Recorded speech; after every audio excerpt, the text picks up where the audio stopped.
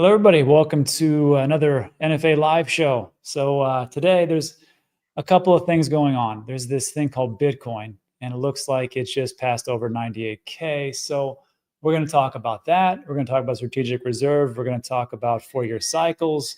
We're going to talk about things that are going on in the background and a couple of different questions. So first, I have to say thanks to my co-hosts here who are back again. Ben, who is always busy. Thanks for stopping by. Appreciate it. Yeah, thanks for having us. Oh yeah. I got to tell you, Ben, I just saw that you must be making it because now you're in the Hall of Fame from Cointelegraph, and you were quoted as saying you were talking about something about Bitcoin dominance and how it's going to go up and maybe 60%, and maybe there's going to be some bleeding or whatnot. So this was a pretty good article. I see you're in good company though. You got let's see, Lark. You got Pomp there. So that's Scott Melker up at the top left. Scott Melker. Yeah. They got Roger Ver flipping everybody off back in the good old days. Is that Peter McCormick, bottom left? Peter McCormick, bottom left. Yeah. Kobe. Yeah. And one of your fellow Dubai residents, Carl the Moon there. So yeah. I linked that the article. There's a link in the description. You can check that out. But pretty interesting. Ben is now in the crypto Hall of Flame, apparently, from Cointelegraph. So not too bad. And then it's all that arguing you've been doing on Twitter with those people who doubted you, Ben. Oh, Ben just laughs like it's no big deal. Hey, one of those I will tell you, one of those guys that you were arguing with, he deleted his whole account. Really? I was like, wow, because I was following along on this, and it was something about Cardano or something, and then his account's just totally gone. I'm like, wow. I don't know if I'd that's the hard part. I have to be careful because like when I respond to people, then a lot of my followers will then like respond to them, and to be careful about like what I actually do and say. But no, I mean it's that it was one of the predictions that came true. Some did not, but. Oh, and speaking, we're going to get to that in a second. Your predictions. I saw a piece that you put out from, you had like predictions all the way into 2040. I'll go over that in a second, but let me just talk about Guy. Guy's got a great channel. I don't know if you've ever heard of this one called Coin Bureau. It's only got 2.5 million or so subscribers. And I got to say, congratulations, Guy and Nick and the whole team. Looks like you guys are back because you are, the amount of views you guys are getting now, I can tell that the people are definitely interested in what you've got to say. And then also, I don't know if you saw this. Let me reround this. You got a video that almost has 3 million views. That's Crypto for Beginners, is it? Yeah. And it was 3 years ago. Wow. I'm not gonna tell you what to do. I'm just saying maybe this could be updated recently and go from there. I don't know. If you guys would like to see an updated video from Guy and Coin Bureau, let me know in the comment section. We are kind of talking about that sort of stuff because it's like, this is an important time because you've got people coming to either back to the market or, new to the market for the first time. Because I think this is one of the questions you wanted to talk about, isn't it, Rob? Like the text that you get from people. But like, people are coming to this thing for the first time and they literally don't know anything about it because, why would they? So I think it's important that the resources are there for them to be like, okay, I see what this is about. Because otherwise it's just, I think if you just dive in with whatever's there, it can be deeply confusing. Exactly right. So that'll start off with our first question of the day, which is, and we talk about this, how everything is bullish right now, but things could go absolutely bonkers, crazy if we get a Bitcoin strategic reserve. If this strategic reserve actually does happen, what does this mean for the 4-year cycles, the available to Bitcoin, this thing called Bitcoin dominance, but most importantly, what does this mean for my bags of Bitcoin? Which is the most important question I think we can have here. And then Guy, I'm going to start with you because you had this great video talking about it just a day ago 250,000 views talking about it. So just break that down for us, and then we'll hit with what Ben has to think about this one. Sure. Yeah, I'll let Ben talk more on the Bitcoin dominance and maybe the 4-year cycle side of things, because he's much better on that than I am. But yeah, like for anyone who's been living under a rock, this idea of a strategic Bitcoin reserve of the US, for the US, is something that Donald Trump talked about in his Bitcoin Nashville speech a few months ago, earlier this year. And a lot of people kind of picked up on it as this idea that the US is going to go into the market and buy BTC.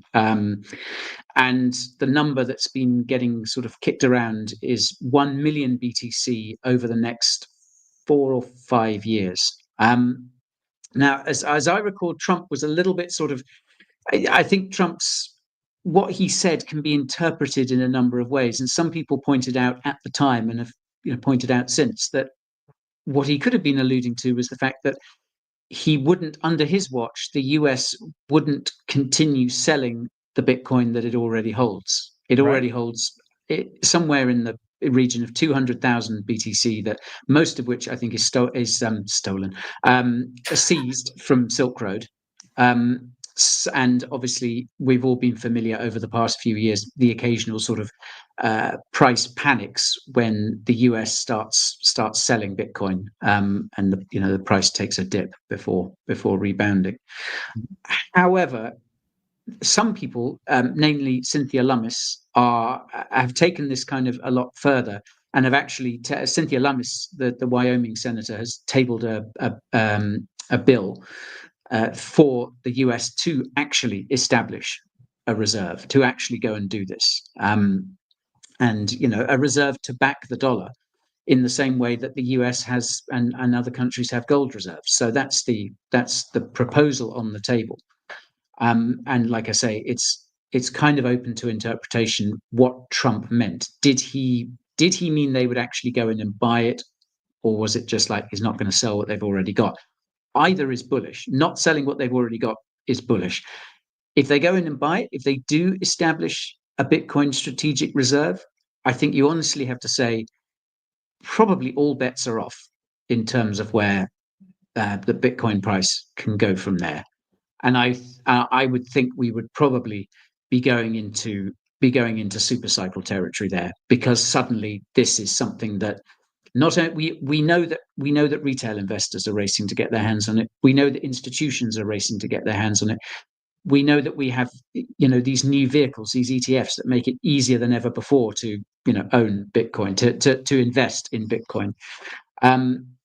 If nation states were to do that, I think it's quite hard to put a ceiling on it, because suddenly that is the kind of final level, if you like, and it's worth reminding people at this stage of the fundamentals of Bitcoin. You can't create any more. You can't mine it any faster. You can't, if the gold price was to suddenly spike, people could throw resources and money at digging more of it out of the ground. If you try to do that with Bitcoin, if we have nation states starting to mine Bitcoin, the difficulty goes up. The protocol will not release any more BTC than it is already programmed to do.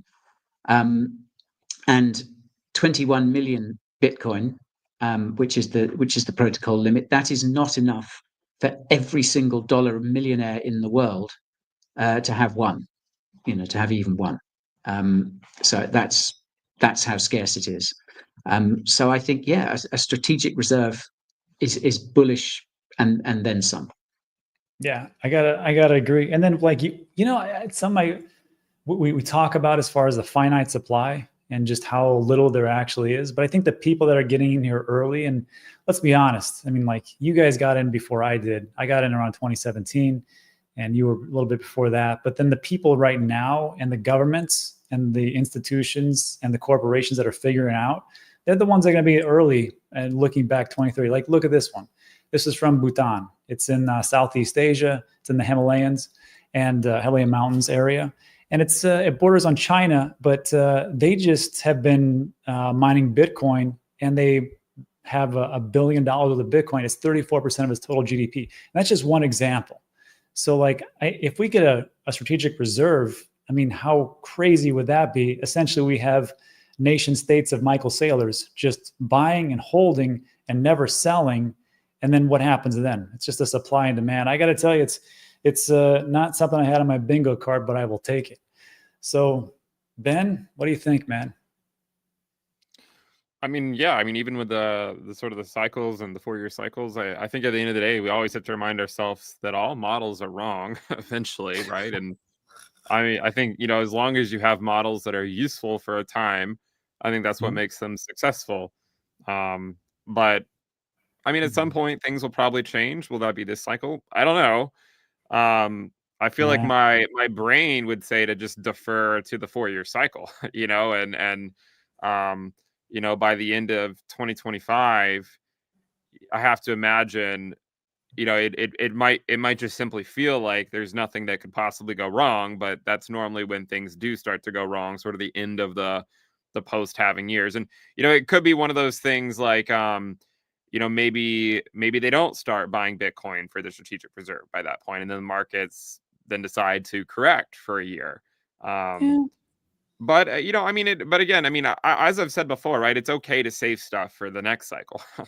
You know, just because you don't accomplish everything this cycle. I think a lot of people were like really wanting to get like altcoin ETFs this cycle, and maybe we will, but it's always fine to save stuff for future cycles as well. So I feel like I would probably defer to the 4-year cycle.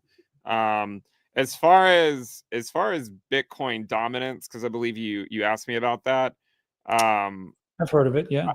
Yeah. I mean, I generally think it'll probably go down in 2025.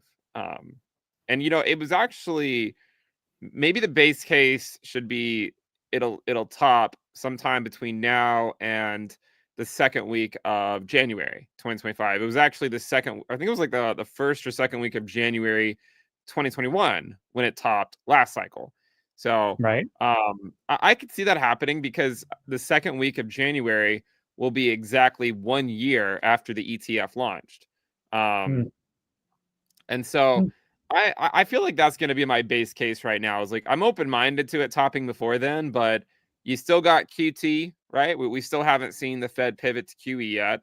And normally Bitcoin seasonality in Q4 of halving years normally is better than altcoin seasonality. Not always, but not all altcoins, right? I'm not talking about your guys' altcoins, just everyone else's. Thank you. Yeah. Yes. Thank you. Thank you. Yeah, I just want to clear that up. But no, I think that probably the base case at this point should be that, like, you know, dominance could top at any moment, but I'm sort of still leaning towards it probably going higher as late as the second week of January. But after that, it's going to be, I mean, it's going to be hard for me to stay bullish on Bitcoin dominance, especially once we're out into like February and March and April.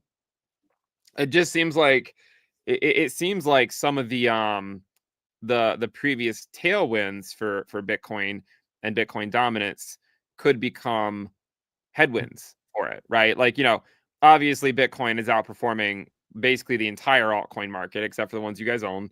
And in this case, right, some of those tailwinds for Bitcoin, you know, once the inauguration happens, right, which is also going to be like late, you know, mid to late January, right? You have to imagine that a lot of the really good stuff by that point will have been priced in for Bitcoin, but maybe a lot of that stuff has not really been priced in for the altcoin market because everyone's just been focusing on Bitcoin. So I do think there will be a narrative shift in Bitcoin dominance in 2025, but until then, I think it probably makes sense to be open-minded to it going higher. Yeah, you know, and this is one of those chicken versus the egg, chicken or the egg. So it's like, what do you want to do? Do you want to wait till, you know, everything perfectly bottoms out? And this is just me thinking out loud. This isn't a financial advice. Obviously, I can't tell people what to do. But when you think about it, you're like, well, we know that, I mean, Bitcoin's going to keep going up and they are bleeding still. I think you even posted about that you believe it's going to keep bleeding for the next 4 to 6 weeks into 2025. So the question you have to ask yourself is, do I want to wait till the absolute bottom, or do I want to get a little bit of exposure to altcoins now? To me personally, it just kind of makes sense for me to just kind of keep on with my plan. But I have a follow-up for that question. But before I get into that, I would be remiss if I didn't show everybody Ben's prediction, which he just reposted. I got to tell you, it's not bad, man. It's not bad. This is your outline for Bitcoin. This was from April 13th, 2020. 2019 to 2020, accumulation. 2021, an uptrend. Well, that's very true. I missed the 2022 bear market, but yeah, what are you going to do? But hey, if you got the uptrend, right? 2023 to 2024, Bitcoin at 100K. Now, that might be true. I think that was pretty laughable back in 2020. But yeah. Actually, no. And if you read the comments from that post in April of 2020, everyone said it was too bearish. Like that. I mean, and this was when Bitcoin was at like 5 or 6K. They're like, why are you so bearish? There's no way Bitcoin doesn't hit 100K in 2021. And that's why I think a lot of people get ahead of themselves in the short term, and then over the long term is kind of where Bitcoin makes its major moves. But yeah. Well, because everybody wants it now. We want those price discoveries to happen now. We want those 10Xs, 100Xs. And then, of course, you've got the bear market in 2025, 2026. I can see the start of it. Yeah, it doesn't have to start like, the very beginning of 2025, but it probably does start at some point in 2025 is my guess. I mean, all the other bear markets started in the post-halving year, right? Like the one in 2018 technically started in 2017. The one in 2014 technically started in 2013, and the one in 2022 technically started in 2021. So seems like it's just kind of the same thing that's happened before. Yeah. And then it seems like it just keeps going on and on and on. So I guess the question, and this is my follow-up question of this one for both of you guys, and you can take it whichever way. But if we do get this strategic reserve and it really comes through, and like we just talked about, we got nation states that are micro sailors, corporations that are micro sailors, would you even sell any of your Bitcoin at that point?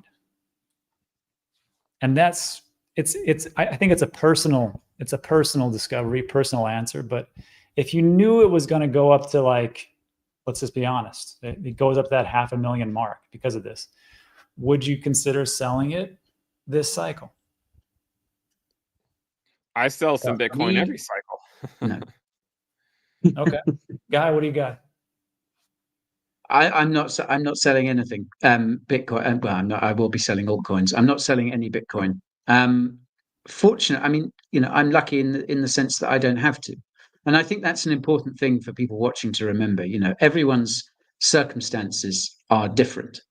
So if you have some way, if for instance selling some, even all of your Bitcoin could improve your life or the life of your loved ones, in a really measurable, long-term way, then it's something that perhaps you should consider, because things like health and happiness are far more important than any commodity.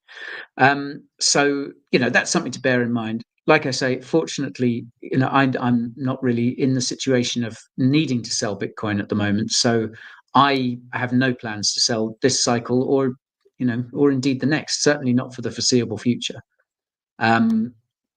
Because I'm happy to hold that asset indefinitely. Really, the question becomes, and I think this is a question for everyone, everyone to ponder at some point, is what do you then do with that asset?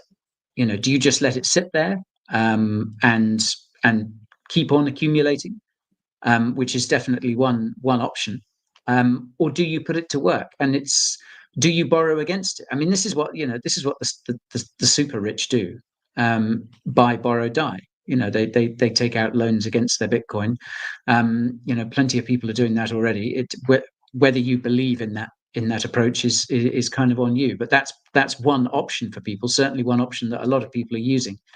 I think maybe something that we're going to see a lot more of towards the end of this cycle, or possibly at the start of the next cycle, is more and more ways that that Bitcoin can be put to work. For instance, restaking protocols. There's a Cosmos protocol called Babylon, which is in its early phase at the moment, which allows you to basically use your Bitcoin to secure proof of stake networks.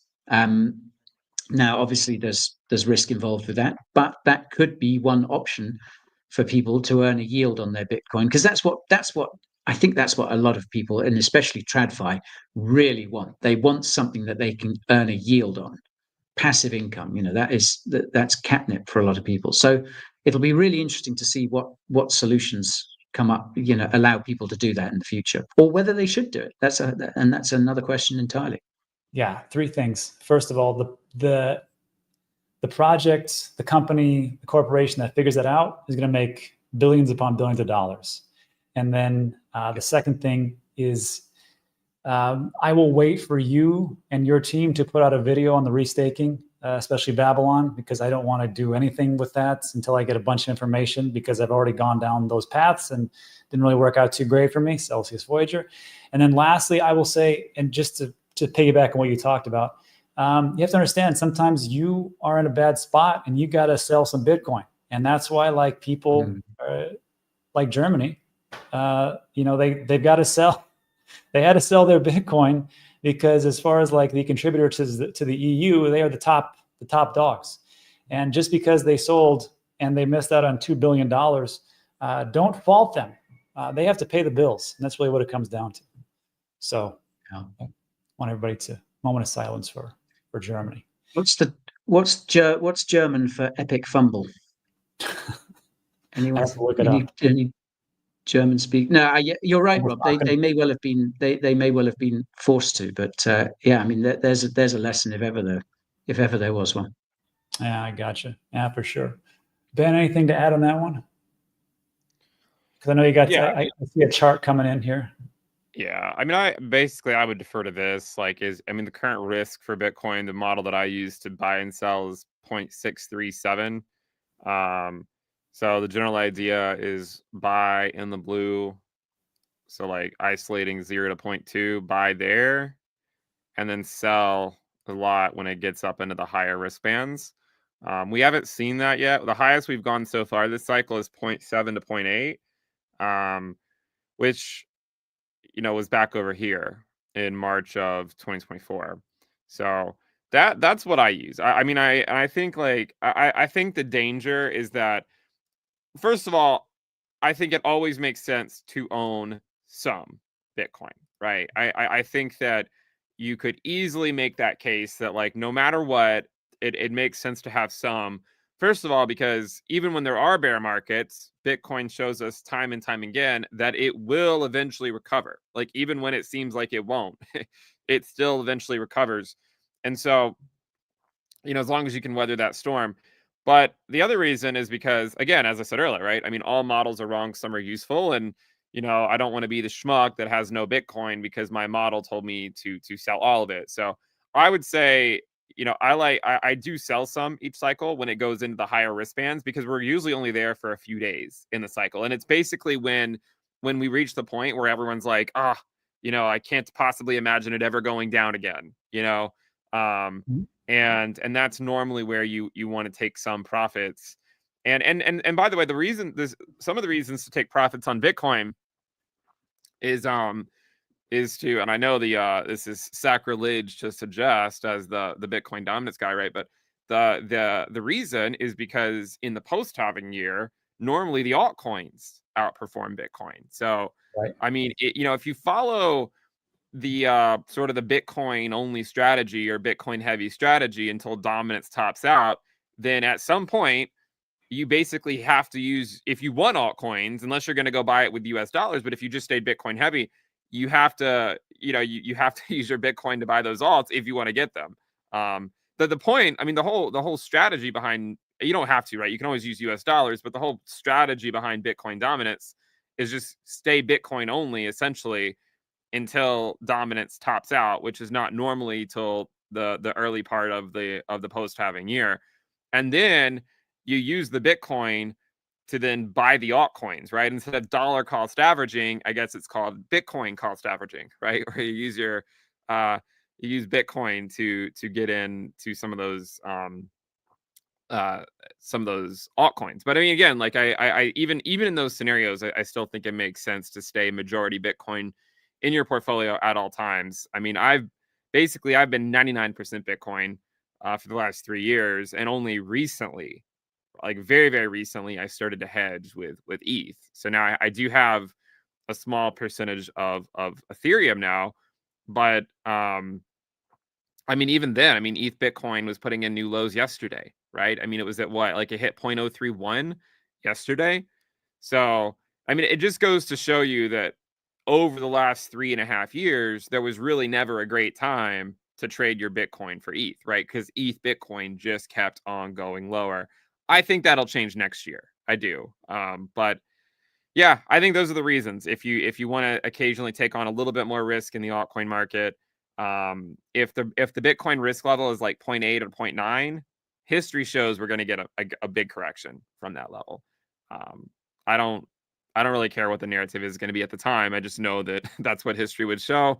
And so I wouldn't sell all of it, but I would sell a decent portion of it. It kind of reminds me of, like, April of 2021 when Bitcoin was at 60K, and Right. everyone was like, it's going to 300K.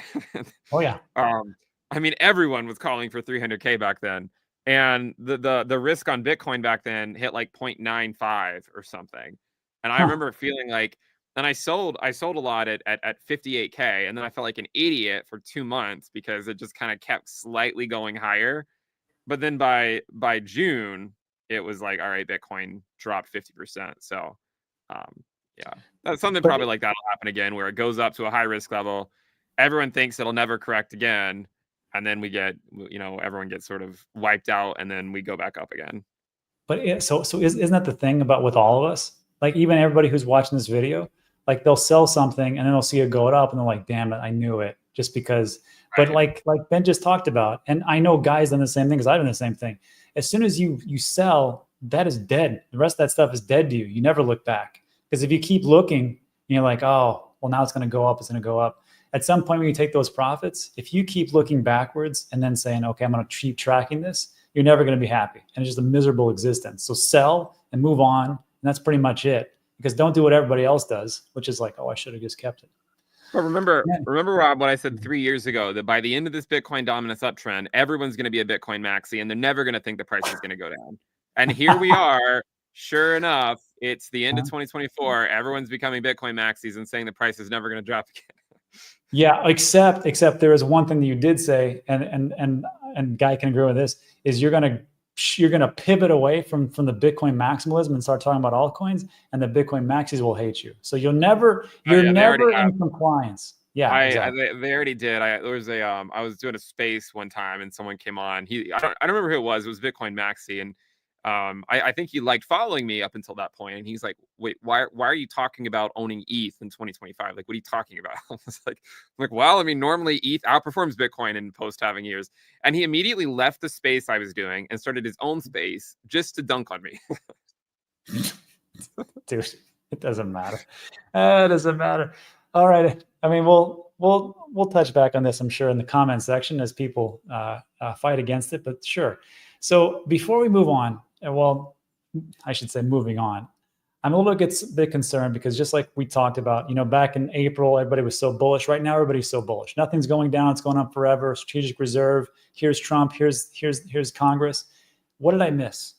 Because I always try to give balance to every one of my videos that I do, the positives and some of the negatives. But I'll be damned if, like yesterday, I couldn't find one negative thing except to talk about Ukraine and Russia and those possibilities. And, quantitative easing isn't totally in full-fledged. So what did I miss as far as like this negativity, or not negativity, but the cautionary tale that we should be talking about? And I know there's always this advice to go against the herd and you'll profit massively, but is this the time to go against the herd?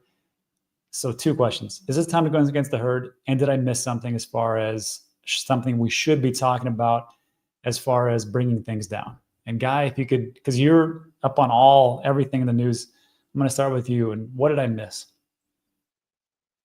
Well, I want to answer the second question first, because I think it's important to clarify this. You talk about going against the herd. Who's the Right. herd? Are we the herd? Are we, the tiny proportion of the world's population who are in crypto and who are interested in crypto? Are we the herd, or is everyone else the herd? Are we, are we already kind of going against the herd?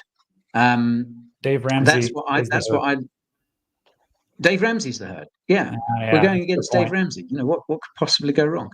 But yeah, no, I kind of like to think of it like that, because I think we're so deep we're so encased in the crypto bubble, aren't we?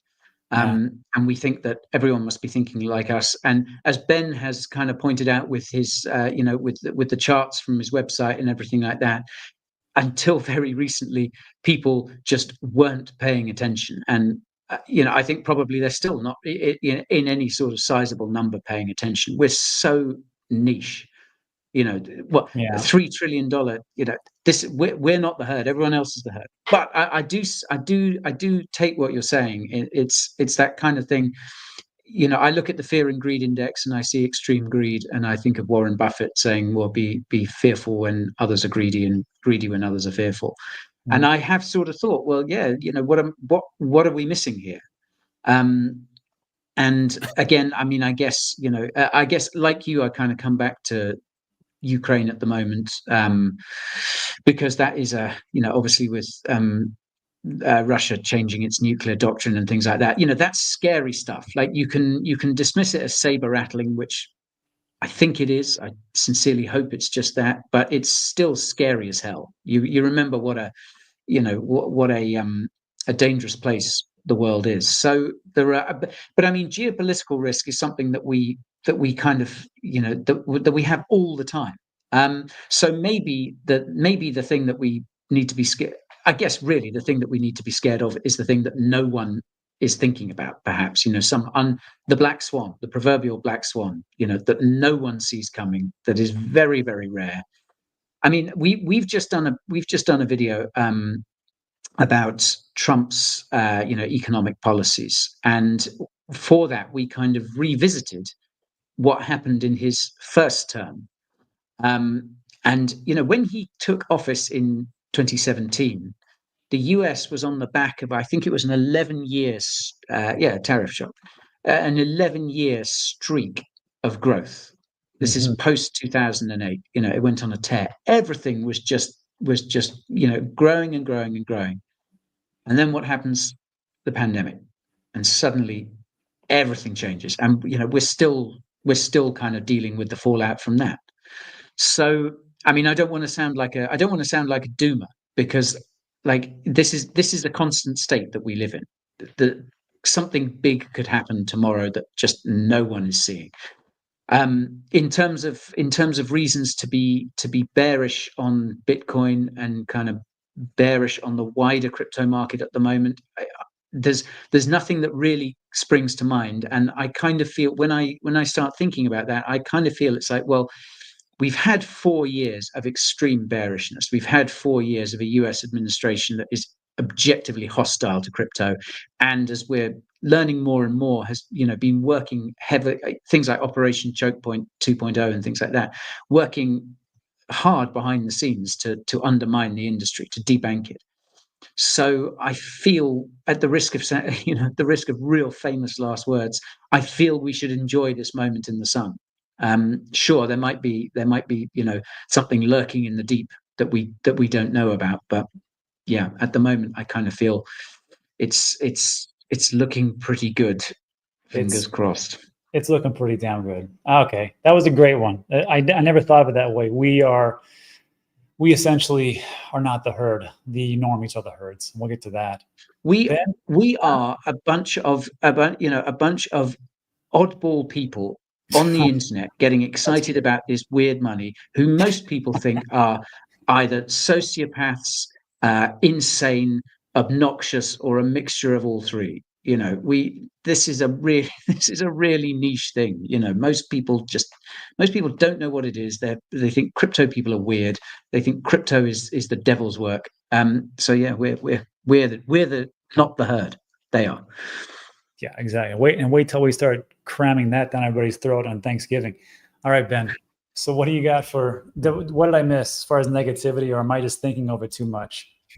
Yeah, well, I mean, we talk a lot about every week I tweet out initial claims, and the reason I do it is because basically I think that whenever it prints 300K, that's when you have a larger pullback in the markets, right? Like that's when the labor market is starting to get too weak, but it stays below 300K, right? I mean, today it actually came in at I don't even know where it came in. I tweeted about it, but it was in the low 200s.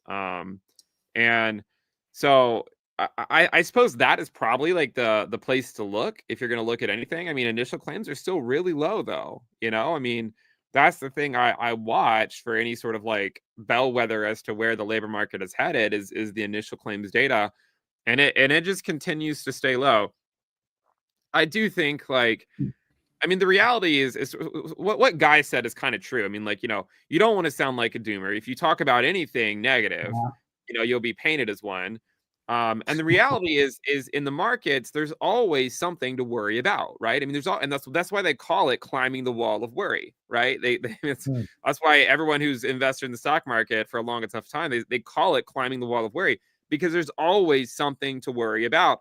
And this time is no different, right? There's always something to worry about. And, for me, my strategy was just, well, if there's always something to worry about, I'll just stick with Bitcoin, because, if it gives me exposure to the upside, if the markets go up, and if the markets crash, well, at least I know Bitcoin will, I guess we don't know anything, but at least we think we know that Bitcoin will eventually recover.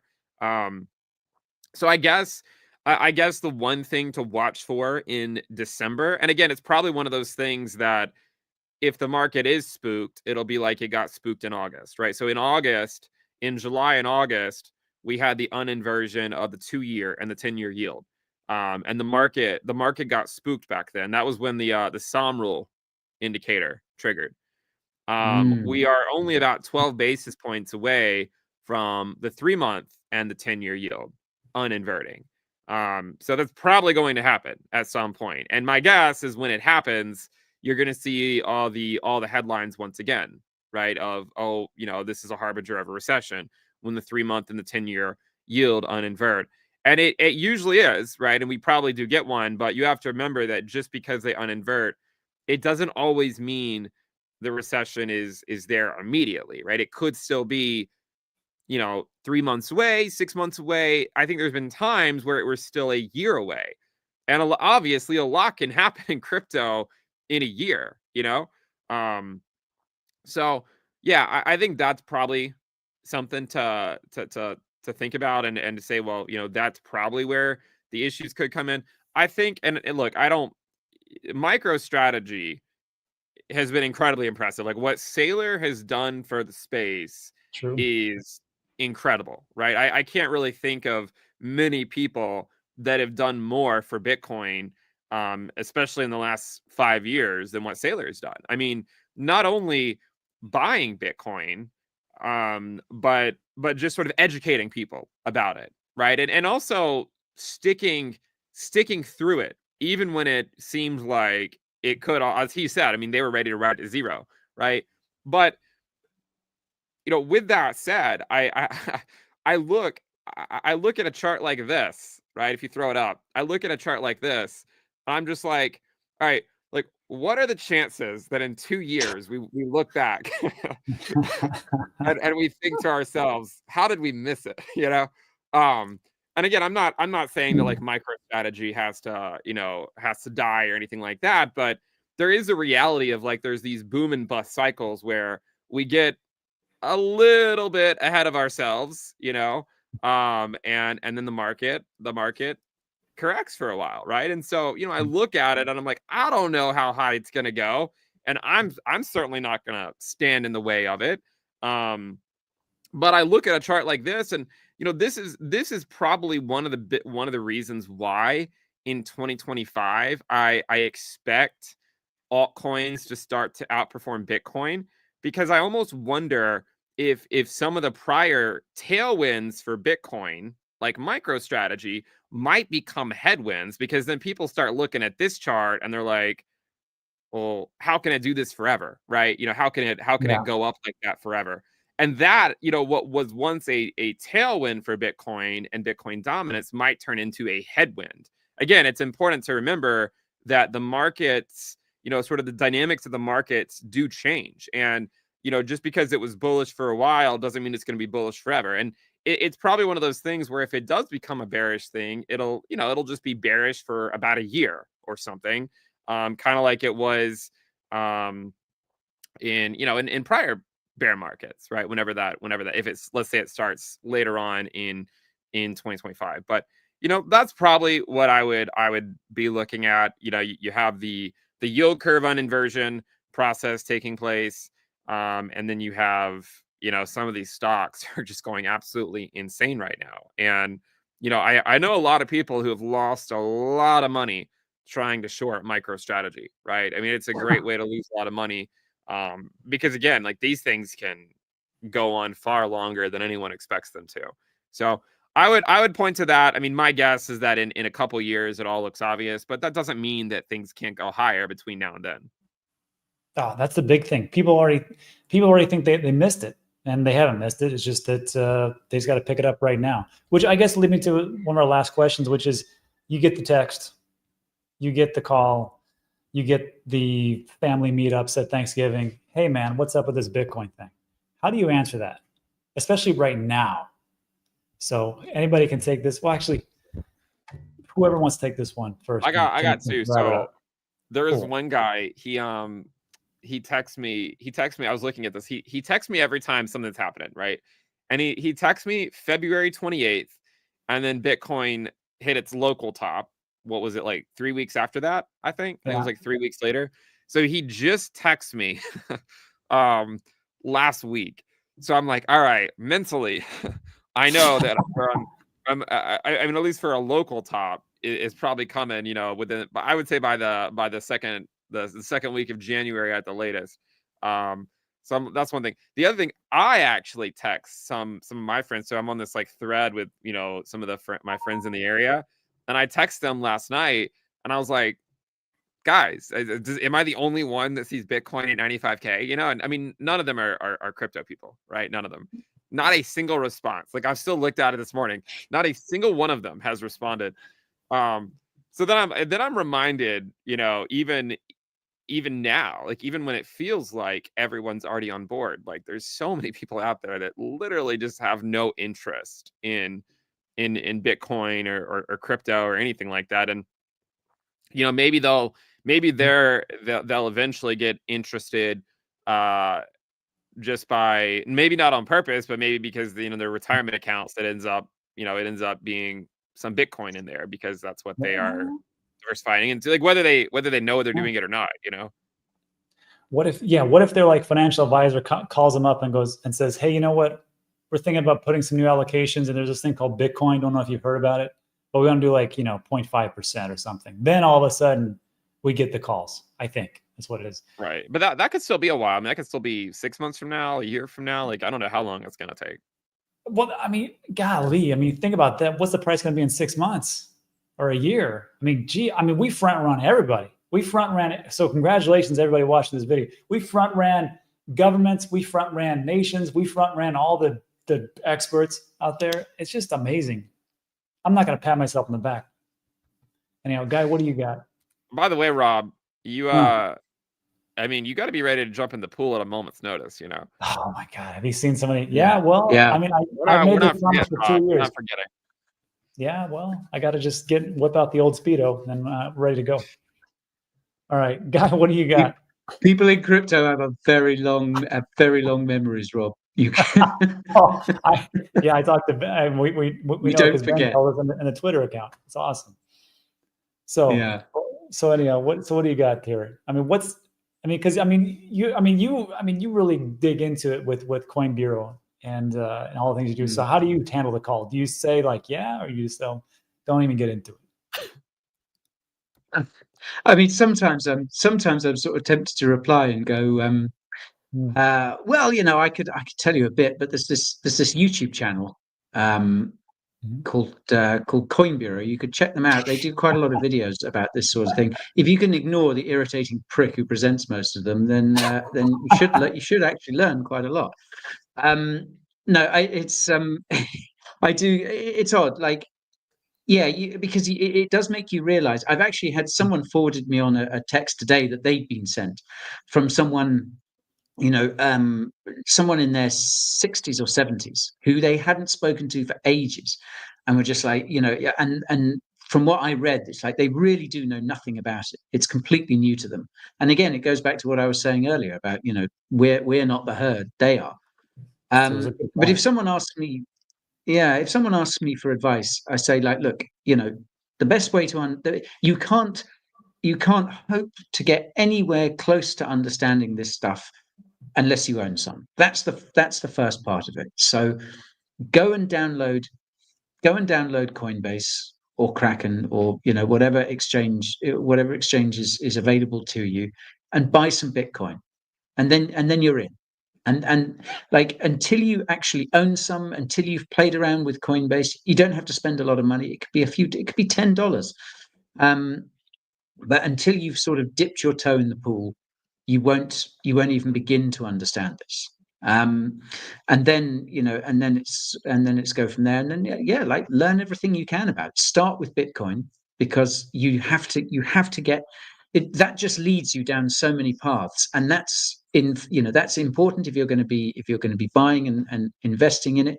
It's also just rewarding in itself. One of the most rewarding things about this whole journey, if you like, that I've been on with crypto, since I discovered it 10-11 years ago.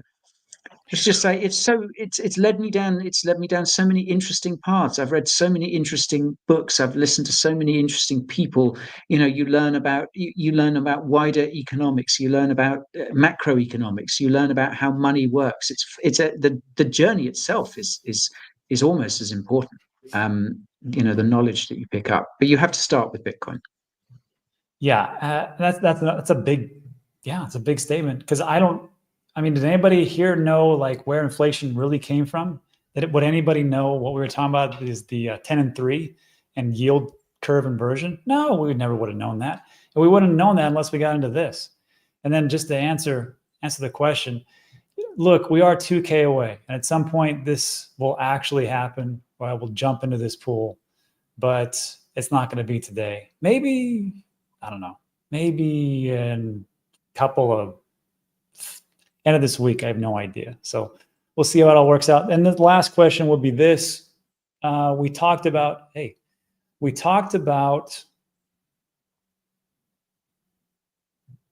the Donald Trump and his cabinet positions. So the question I have for everybody would be this: if they created a cabinet position and you were contacted by the Trump transition team, what would that look like? And what do you think that they would peg you both for, as far as like for this cabinet position, or just to work in a specific division itself? So which one would it actually be? Since Ben looks the most perplexed, I'll start with Ben. I was actually thinking about this. I'm like, where would they put me? I wrote down a few different ones. One was just like the Department of Energy, because like my background's nuclear engineering. I thought that would be sort of like an area that I could be helpful in, because I do. Especially with Elon Musk, I think that sort of the energy side of things is going to be. I feel like so many people are like anti-nuclear, but Elon is not. Like Elon is pro-nuclear. So I think maybe the Department of Energy, if it were related to crypto, I was like, I don't even want to say it, but like I was thinking like the SEC. Now that would be great. I would definitely want you in there. That'd be the easiest job of all time. Just go, okay, this looks pretty good. Yeah, but no, that it doesn't make a point. If we're going to have a Bitcoin strategic reserve and we want to be the Bitcoin powerhouse, wouldn't we want to actually have the most efficient fuel source that we possibly can, which would be nuclear energy, so we can use those Bitcoin miners that are here like Mara and all the different ones. So yeah, I could definitely see that. Guy, what do you think? Yeah, Ben, I was gonna suggest you for the Department of Energy. I think that's a match made in heaven. I think a couple of people have pointed out in the comments, but I think there's definitely a place for a Secretary of State for Bitcoin dominance. I think I think it's important that it's important that this new crypto positive administration coming in understands what Bitcoin dominance is, has someone there to advocate for it, to explain it to them. So I mean, I think Ben, I'd stick by the phone if I were you. I think that's going to start ringing. I think you're going to be on your way to Mar-a-Lago before you know it. Yeah, I was trying to think. I was wondering, could I even get a job with this administration as I'm not a US citizen? Oh yeah. Is that or can non-citizens get a role here? Well, I mean, Guy, you can't be the president. You're not a natural born citizen, but unless you don't run for that office, I think we've got room for you in other places for sure. I mean, look at Elon Musk. I mean, he's my favorite African, South Africa. Oh, of course, yeah. Yeah, yeah, that's true. Although, I mean, yeah, I suppose he must be a US citizen by now. Maybe I just need to get US citizenship if they'll that's true. If they'll have me. Well, depends on they might not. Yeah, they've probably got enough expat Brits over there. I was trying to think, because there has been talk of a crypto czar. I saw that in some of the crypto media today, like a crypto czar. Like they've got a border czar. They seem to. I don't know why they use this old Russian term for emperor, but a crypto czar. I would that would be the one that I would cover. I'm sure there are many people way more qualified than me to do it, but that's the one I'd be after. What's the? Sure. I was trying to think of one, like this weird thing that Congress has of passing these acts and bills that the acronym makes it so, like, the Bitcoin Act. Oh, I wish I could remember what the Bitcoin actually stands for something. So I was trying to think, if is there a could we have like the Committee of Outrageous Ideas for New Bureaucratic Regulations and Unnecessary Oversight, Coin Bureau? Could I maybe head that up? You could. It's a little bit tenuous, but yeah. It would be the DCB, the Department of Crypto Bros. That'd be pretty good. Or like the Department of Digital Asset Education. Yeah. I could definitely see that. I'd head up the Department of Crypto Bros. Definitely. Department of Crypto Bros, and its subsidiary, the Department of Crypto VCs. That'd be pretty good. Look, I'm ready to serve. Fantastic. Although somebody said, this is pretty funny, actually, I have to throw this up, that Trump would deport you probably. So just keep that in mind. So I mean, I would come in legally.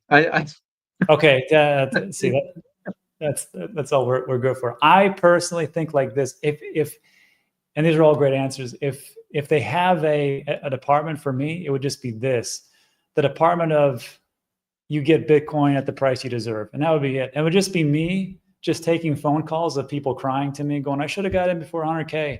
And then me just saying, you get Bitcoin at the price you deserve. I'm sorry. And I would just hang up. That would be it.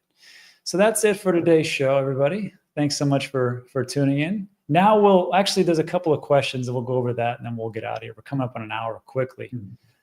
I just want to say, Rob, that job you're putting yourself forward for sounds absolutely thankless. I mean, I know you're a patriotic guy, but wow. Well, this is what I'm going to be doing to all my family and friends anyhow. So like, I just would extend that to serving my country yet again after the Army. And this would be like a perfect position. And then I can just move on. And then it'd be great on my resume. I worked for the government, the Bitcoin price you deserve. Fantastic. All right. So let's see. This was actually, I asked this question yesterday to people. I said, just put your questions into the comment section and I'll ask the guys. And this is for everybody. How do you feel about ETH? Well, we know Ben feels strongly enough to buy a little bit of it. But he asked, do you have a market cycle top price prediction? I have a few ETH. I'm debating if I should swap it for Solana. Wow. To be honest, I don't want to trigger a taxable event. Don't want to deal with the headache of crypto tax this year. Let's just start with that one. would it be a good idea to swap ETH for Solana at this point in the cycle? Yeah, no one, that's a tough one. It's a tough one because no one wants to get the ETH maxis on their back. I mean, I don't want to get the Sol maxis on the back. Yeah, I think either set of maxis they got real bite. Look, all I say is, like, I mean, I know, you know, the ETH FUD is ongoing and is likely to go on for quite some time. And look, if you look at it purely from a market cap perspective, the lower the market cap, the more potential upside there is. You know, as a crypto's market cap grows, the number of X's it can realistically go up by decreases. So if you look at it from that point of view, Solana, in theory, has more upside potential because it's got a smaller market cap beneath. It can theoretically grow more. Do I think that ETH is dying and is going to fade into irrelevance? No, I don't. I think I think Ethereum is growing all the time. I think there's a lot happening behind the scenes that doesn't get, doesn't perhaps get accounted for. We saw there was a great tweet that we saw, Nick and I saw earlier this week, and brought it up in the live stream we did, like along the lines of if so many, why are people fading ETH if so much, when so much is being built on it? You know, there is tons of stuff still happening on Ethereum. So I don't want to, I don't want to do it down. But you could look at it from a market cap perspective. Is what I'm saying, not financial advice, obviously. Obviously not. I would say, especially if you don't want to deal with the taxes. I mean, if you have tax liabilities and you're up on it, Ethereum, then you got to pay that. So just put that into account. So for me, I would just stick with what you got. Just kind of go that route. That's the big one. Last question. Your funds are limited and you can only choose one sector to invest into. Which one would it be? Let's say you got $1,000 and you want to invest into something. This, I think, is, I mean, I can tell you the easiest answer, but any things you would split that up into, especially right now, because let's be honest. I mean, I don't know if you guys realize this, but Big Dog Think, Project 189 and Anon is crushing it as meme coins go. So if you want to do a gambling thing, I'm not against it. I'll go a little counter to that, and I'll say that, now that we're looking down the barrel of what should be sensible crypto regulations in the US next year, we hope. I'm, and a lot of the other guys at Coin Bureau kind of feel the same, is that we sort of are starting to really question this idea of a meme coin super cycle. I think as regulations come and the rules of the road are clarified, I think fundamentals are going to start coming into focus again, and I think there will be a much stronger case for investing in altcoins that have fundamentals, that have strong fundamentals.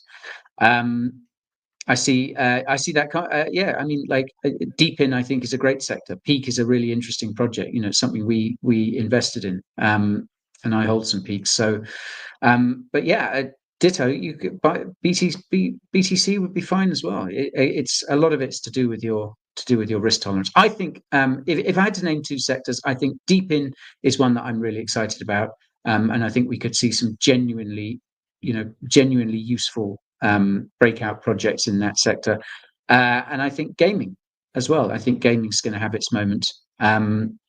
We've had the launch of a successful blockchain game a couple of months ago. Shows it can be done. There are tons more in development, so it'd be hard to, a little bit needle in a haystack when it comes to which projects to invest in. But I think the gaming thing has got a lot of potential as well. Gotta agree. I'll take with that. And then Ben, you want to wrap it up?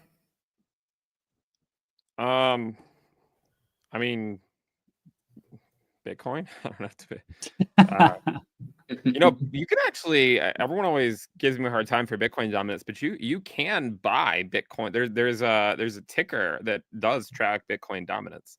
You're I kidding just me. no, I like keeping it to myself. I thought maybe everyone should find out about it as we're nearing the top for Bitcoin dominance. No kidding. There is, yeah, Interesting. and yeah. So, but I don't know. I'd probably say like, you know, maybe like 70% Bitcoin, 20% ETH, 10% alts or something. I don't know. As far as ETH, like it always does this, like every cycle. I mean, this is what it does. It just bleeds back to Bitcoin, and then in the post-halving year goes up against Bitcoin. And it's like every cycle, everyone's like, "Oh no, ETH is dying," and then the post-halving year happens, and then everyone forgets about all their ETH is dying calls. So I think we're just kind of repeating the same thing again. Yeah, I think you guys are both wrong as far as like what you'd invest into. What I would do, first of all, I would take that money and I would invest into something like Coin Bureau Club, where I get a bunch of great information. And then also I would take that and I would stick it into the cryptoverse. And I would take a look at these risk levels like Ben was talking about.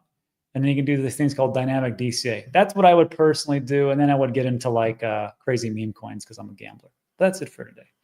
So look, everybody, thanks so much for stopping by. We appreciate it. Like today's video, thumbs up, subscribe. Also check out Ben and Guy. Plethora of information out there. But thanks so much for sticking with us for an hour. We appreciate it. And we'll see you guys on the next one. Adios.